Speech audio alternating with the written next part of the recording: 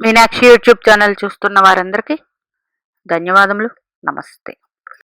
చాలా వీడియోలు చేసి పెడుతూ ఉన్నాను. మరి నచ్చినట్లయితే లైక్ చేయండి, షేర్ చేయండి, సబ్స్క్రైబ్ చేయండి. గ్రహాలు బుధ నక్షత్రం మీద ఉంటే ఇచ్చే ఫలితాలు. మీ జన్మజాతక చక్రంలో గ్రహాలు అంటే బుధగ్రహం బుధ నక్షత్రం మీద కూడా ఉండవచ్చు. 9 గ్రహాల్లో ఏదైనా గ్రహాలు బుధ నక్షత్రం మీద ఉన్నాయా చూడండి. ఫస్ట్ ఉంటే ఈ వీడియో వర్తిస్తుంది. మరి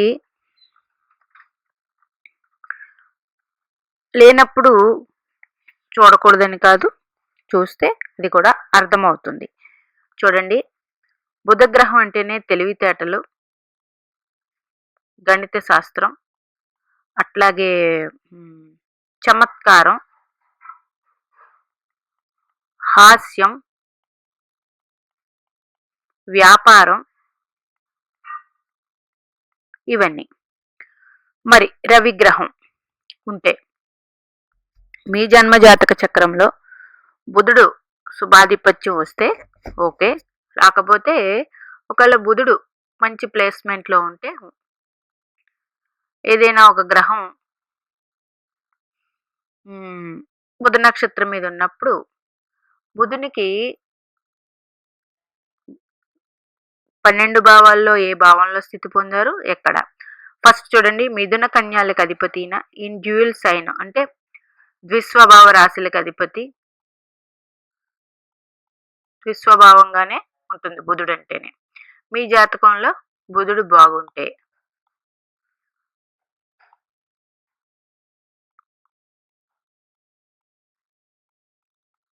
మరి రవిగ్రహం ఉంటే, రవిగ్రహం కానీ బుధ నక్షత్రాల మీద ఉన్నప్పుడు అంటే 3 జలరాశులే వస్తాయండి. బుధుడు అంటేనే జలరాశికి అధిపతి కాదు, భూవాయుతత్వ రాశులకి అధిపతి. కానీ జలరాశుల్లో బుధ నక్షత్రాలు ఉన్నాయి. మరి దక్షిణాయనంలో అయితే ఆశ్లేష జ్యేష్ఠ లో ఉంటే ఎక్కువ బలం ఉంటుందండి రవికి. ఎందుకండి, చూడండి, జలరాశులు ఉన్నాయి. జలరాశుల్లో ఆగస్టు నెల నుంచి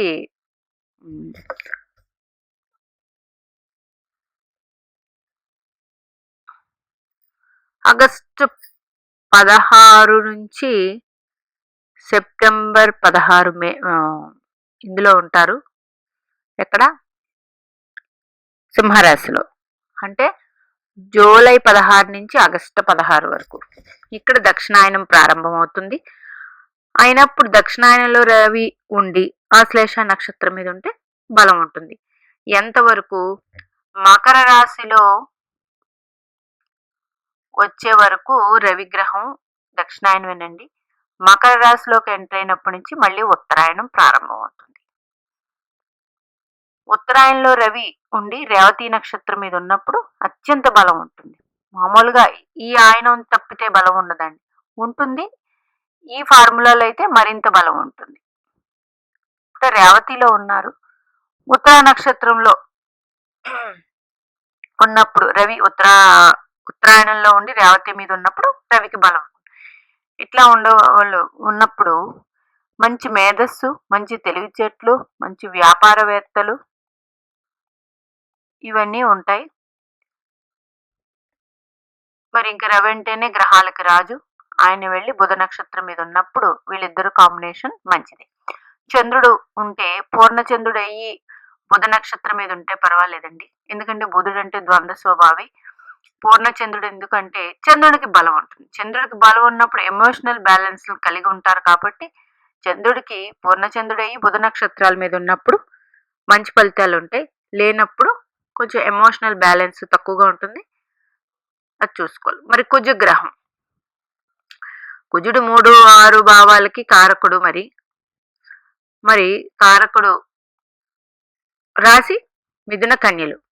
మరి మంచి ఇంజనీరింగ్ స్కిల్స్ ఉంటాయి, అలాగే మంచి సర్జన్స్ అవుతారు. కుజుడు ఎక్కడ?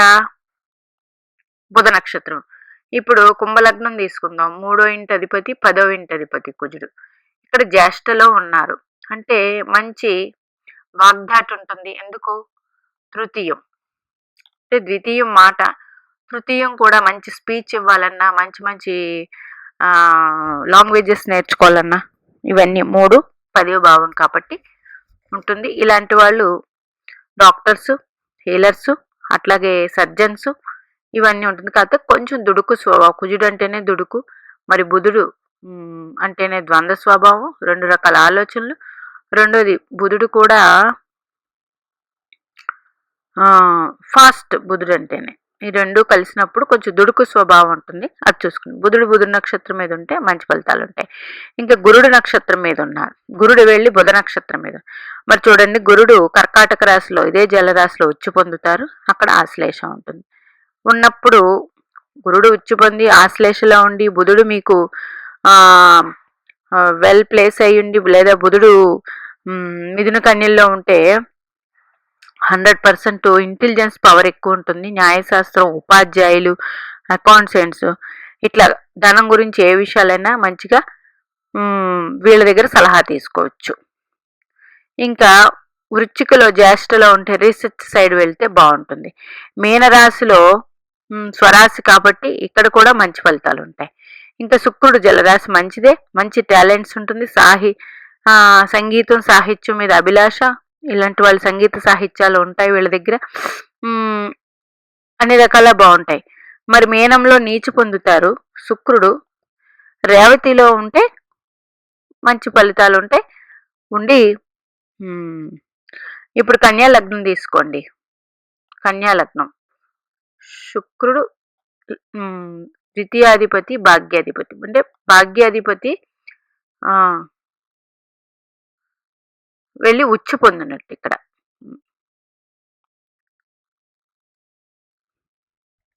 మరి మంచి ఫలితాలు, చాలా చాలా మంచి ఫలితాలు ఉంటాయి. మరి బుధుడు లగ్నాధిపతి నక్షత్రంలో ద్వితీయ భాగ్యాధిపతి వెళ్ళి మీనంలో రేవతి నక్షత్రంలో ఉంటే మంచి ఉచ్చు ఫలితాలు ఉంటాయి. 100% వీళ్ళకి భాగ్యము, సౌభాగ్యము, అట్లాగే మంచి అందమైన వారు, ఇట్లా చాలా టాలెంట్స్ ఉంటాయి. ఇంకా శని భగవాన్ వెళ్ళి బుధ నక్షత్రాల్లో ఉంటే మంచిదే. మంచి బిజినెస్ స్కిల్స్ ఉంటాయి, మంచి ఆలోచన పరులు, ఏదైనా నెమ్మదిగా ఆలోచించి చేసుకుంటారు. ఇంకా రాహు ఉంటే మంచిదే, కానీ జలరాశి, రాహుకు అంత బలం ఉండదు. కానీ బుధ నక్షత్రాలు అక్కడ ఉండడం వల్ల ఆ బుధ నక్షత్రాల్లో ఉంటే వీళ్ళు ఎంత ఏజ్ అయినా, ఇలా బుధ నక్షత్రం మీద రాహు ఉండి రాహు మహర్దశ వస్తే టెక్నాలజీని వాడతారు, నాలెడ్జిని పెంచుకుంటారు, మల్టిపుల్ టాలెంట్స్ ఉంటాయి, అన్నీ బాగుంటాయి. మరి కేతువు మరీ మంచిది జలరాశుల్లో. బుధ నక్షత్రం మీద ఉన్నప్పుడు కొంచెం చిత్ర విచిత్రమైన ఆలోచన పరులు ఉంటారు. ఒకే దాని మీద ఆలోచనలు ఉండవు, దాంట్లో జాగ్రత్త పడాలి.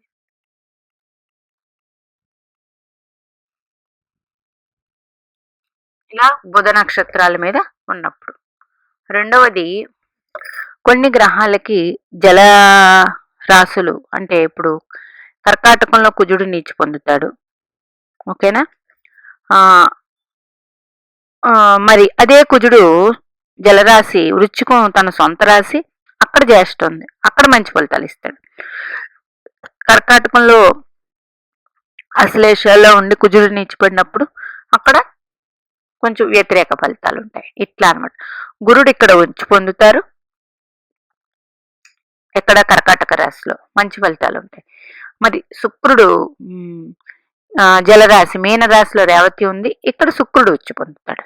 ఇట్లాగా కొన్ని గ్రహాలకి ఉచ్చ నీచ అవుతుంది కాబట్టి ఆ కర్కాటక రాశి, చంద్రుడు మరి వృశ్చిక రాశిలో నీచ పొందుతారు. అక్కడ జ్యేష్ఠ మీద ఉన్నప్పుడు చంద్రగ్రహం జ్యేష్ఠలో ఉండి పుట్టినవారు కొంచెం జాగ్రత్త పడాలి. లగ్నం ఏదైందనేది చూసుకోవాలి. లగ్నం ఏది, అదే మిథున లగ్నమో కన్యా లగ్నమో అయ్యి